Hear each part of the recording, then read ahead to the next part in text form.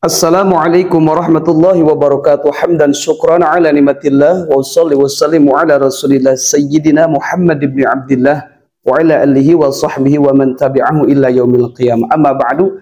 Sahabat ABM TV yang dirahmati Allah Subhanahu wa taala, barangkali di sini ada orang yang masih mempunyai kebingungan dalam bekerja, masih belum dikaruniai keturunan.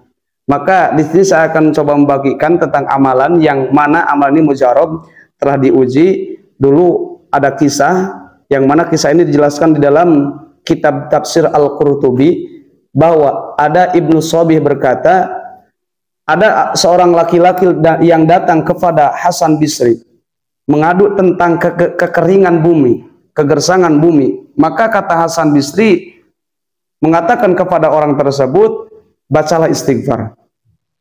Kemudian datang lagi, yaitu seorang yang mengadukan tentang kemiskinan, supaya didoakan supaya usahanya lancar, supaya mempunyai usaha. Maka kata Hasan Bisri, perbanyaklah istighfar.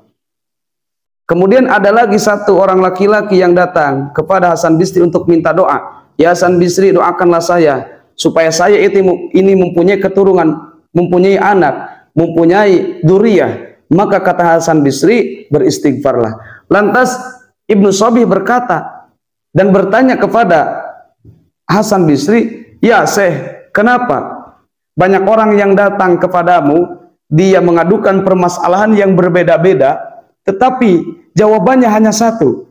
Maka kata Hasan Bisri berkata, aku ini bukan menjawab dari diriku, tetapi aku menjawab dari Allah Subhanahu wa taala sesuai firman-Nya.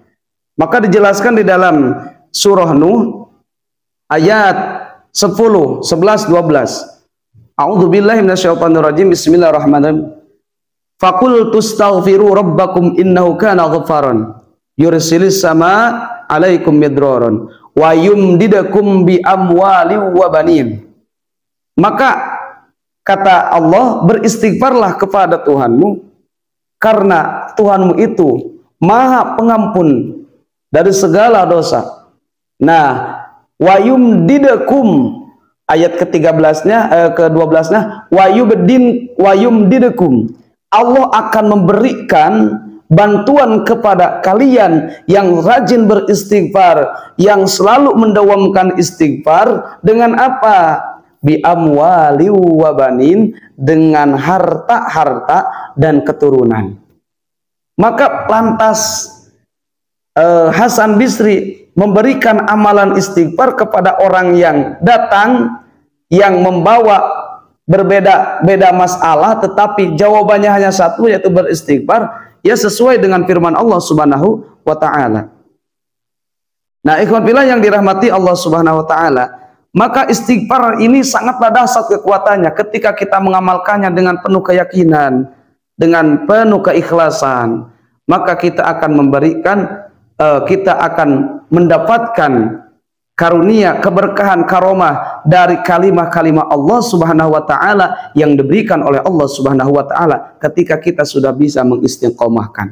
Maka barangkali di sini ada yang mempunyai keturunan, ada yang ingin usahanya lancar, maka perbanyaklah istighfar kepada Allah Subhanahu wa taala. Di samping itu, istighfar membersihkan dari dosa-dosa kita.